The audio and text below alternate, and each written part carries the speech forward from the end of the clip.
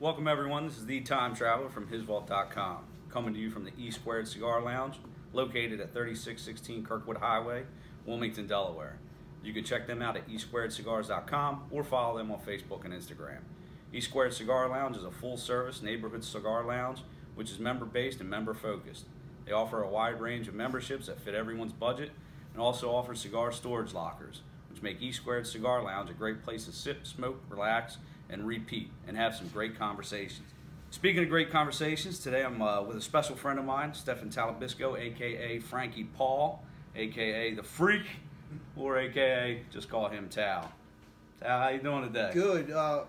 Shall I address you as the Time Traveler, or can I call you by Roger? You can call me Roger. That's Roger, all right. what's up? What's up, everybody out there in Facebook land, Instagram, Twitter, and where else we seeing this? YouTube. What's up, everybody? How you doing? Hope you're having a great day. All right, well, thanks for coming out, man. Before we get into talking about your fight on March 30th, I just want to get a little bit of history about you so everybody kind of knows where you're coming from. You spent over 20 years in the military, both in the Marine Corps and the Army. Why don't you give us a little bit of background on that and what that was like for you? Well, I spent just about 5 years in the Marine Corps. One of the best times in my life as a young Marine, getting to travel around the world, getting to serve this great country, getting to hang out with really great guys, trained professionals. Jumped over to the Army National Guard, did a lot of deployments there. In fact, me and you, we operated a lot together, right? We did operate a lot together. Yeah, we did some deployments. We met on our first deployment in Saudi Arabia, and then we went down to the border. We did some operations down there. We went to Italy. Then we went to Iraq together. I think me and you combined did about 700 combat missions in Iraq, didn't we? Yeah, it was a lot, man. We really got it in over To be honest, that was the best 23 years of my life and the best job that I ever had. Nothing like putting on the uniform and serving this great country. It's good. Well, you know, one, we were there with you, but everybody does thank you for your service. So after 20 years, this great service, you've been all over the world, you've seen different things, you've deployed, you were in that brotherhood. Now you're coming towards the end of your career and you're finding out that you're not going to be a part of this camaraderie anymore, right? You're not going to be with guys with, you know, like-minded items, you know, same problems, failures, right, and successes. So what was it like just post-retirement? Wow, to be honest, that was the hardest time of my life. I could go to combat, I can get mortars dropped, I get mortars dropped around me. I'm cool as ice, nothing would affect me. Right after getting out of the military and retirement, man, my life was flipped upside down. So, and I never thought it would happen to me. I'm a tough kind of guy. I keep all my emotions in. I'm usually generally kind of cool, but it's real. You know how they say these 22 veterans a year get killed, you know, commit suicide? That's real, man.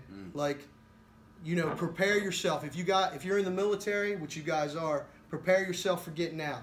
Obviously, I wasn't prepared enough, but you know, I had some real bad anxiety. You don't have your brothers to really depend on anymore. You go get a new job, nobody can relate to you.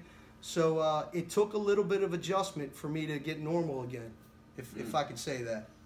Yeah, well, you know, we've heard a lot of similar stories from other veterans that are experiencing what you experienced, and then you know, they find different avenues to find a new outlet or new camaraderie. So for you, after all those years, you've been out of the ring, you, for some reason, decide to fill these voids. You're going to get back in the ring and fight. That's so right. What the hell were you thinking when you decided to do that? Check this out. Everybody's going to say you're out of your mind and you're crazy, but if you remember a good boxer, if you guys out there remember a guy named George Foreman? All right, George Foreman. Never heard of him. Never heard of him, right? He's got a grill. He cooks some good chicken on it, right? Not saying I'm like a George Foreman type, but I'm 45 years old. George Foreman won a championship after retiring from boxing. Like 10 or 12 years later, he came back. He knocked out a guy named Michael Moore, and he won a heavyweight championship at 45.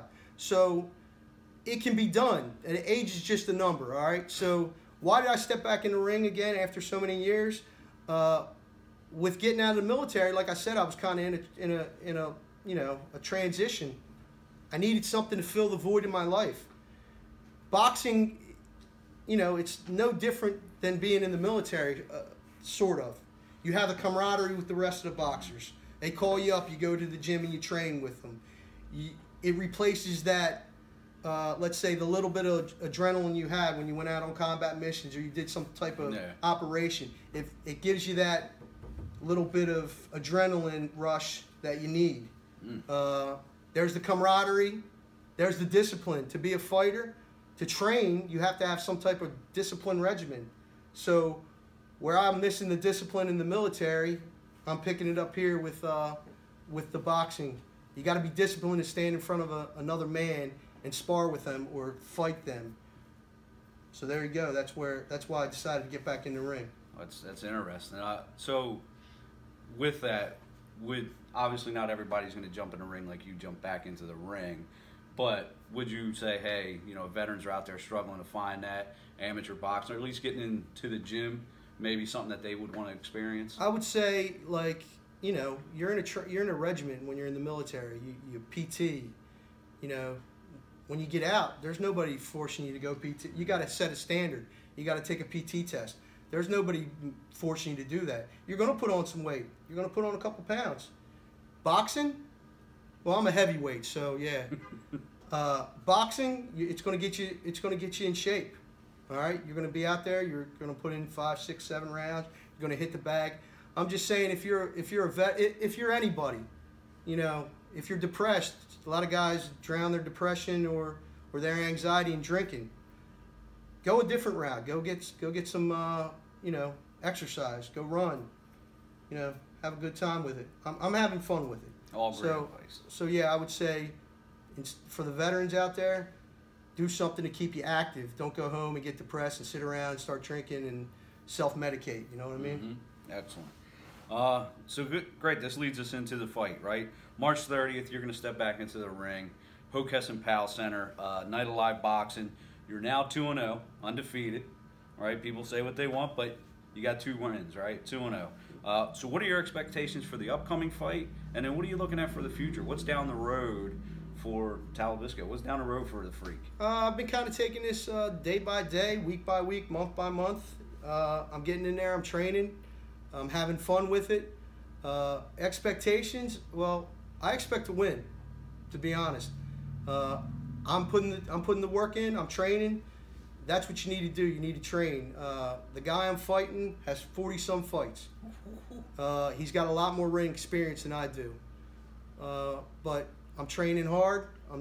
I'm out there. I'm getting it done. I want to win. I want to, you know, when I stop this, I kind of like to go out on an undefeated record. You know what I mean? But I do understand that losses, you know, you can't have success unless you have failure.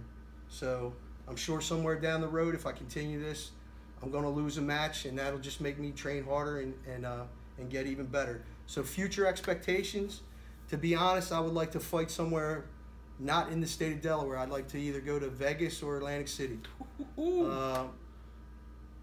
I'll start in Atlantic City, to be honest. Yeah. I want to go to Atlantic City. I want to fight there. I want to fight in Vegas. If I can get out to Vegas. I've never been to Vegas. I would like an all-paid expense trip. If there's any promoters out there, I'd like to go to Vegas. Put me in with somebody. Oh, he's trying to get somebody. I'll last. All right? Excellent. Well, no, you're never shy on confidence. I'll give you that, buddy. And hopefully AC is something that you can aspire to get to in Vegas. Who knows? You know, Father Time's catching up. It is catching who knows, up. Man? You know, age is only a number. You're never short on confidence. Other than the boxing, is there anything else on the horizon? I mean, you've done some acting, you've done some fighting, you've done some eating, right? You were what's now the last Wing Bowl we're ever going to see. You got to compete in that. So what else is on the horizon for Steph and the Freak Talibisco? You know, that was a great time too. You meet a lot of good people doing the Wing Bowl there. If you don't know, there is a competitive eating world out there. So I met a whole slew of people that do this competitive eating, and they'll contact me once in a while. I went up to Kennett Square and did a mushroom eating contest. That sounds disgusting. It was disgusting. It was very disgusting. That's terrible. And you know, I ate about 3 pounds of mushrooms. It was horrible. You know what I mean? I went up to a place in Philly and ate dumplings at a Chinese restaurant. How many dumplings you get? If you could eat all these dumplings, you get a free gift card. I did. Yeah, you're right. I did some small movie stuff. We're in the works with a place called Film Brothers. We're trying to get some scripts and maybe do a couple short films again. I kind of just take it day by day. I'm out there having a good time. I like to eat. I like to have a good time. I like to take trips. What's on the horizon? I'm going to get through this next fight on March 30th at the Hockey and Pal, and then I'm headed on the cruise to Mexico and Belize right after that for Easter. So that's what I'm focusing on right now. I'm getting through this fight, and then I'm going to take a nice vacation. That's awesome. Well, one, I want to thank you for coming out today. I appreciate it. I think everybody should try to get down March 30th to the PAL Center. They get to see this fight. This pretty much is going to wrap up what we got here for today. I want to give a big shout out to Omar and the E Squared Lounge for being an amazing host for today. Remember, March 30th, Hockey and Pal Center, starting at 6 p.m. They got a lineup of great fighters. Stefan the Freak's going to go in there. He's going to try to get to his 3-0 and hopefully one day get out to AC, or if anybody wants to pay for it, my man can get to Las Vegas. Is there anything else, Stefan, that you want to tell the people before your fight? I just want to say, get out and support your local businesses and get out and support your local boxers. This is going to be a great show. It's brought on by D-Lee Promotions. There's going to be a lot of great young boxers there. A guy named Brandon Mullins, fabulous boxer. Joey Tiberi, that's a name you guys might know, the Tiberi name. There's another guy, Vinny Kirkley, another guy named Justin Riley. A lot of great talent out there. It's a fun night. They serve beer, pizza. You can contact me for some tickets. And what I want to leave with you guys out there is just get out there and have a good time. Life is too short. Get out there, go enjoy a nice restaurant, hang out with your loved ones, go to a Wings game, go to a Sixers game. Do something, get out there and enjoy life. That's all I want to say. Excellent. Again, thanks for coming out. I'm the Time Traveler, Stefan the Freak Talabisco. This is hisvault.com. See you later.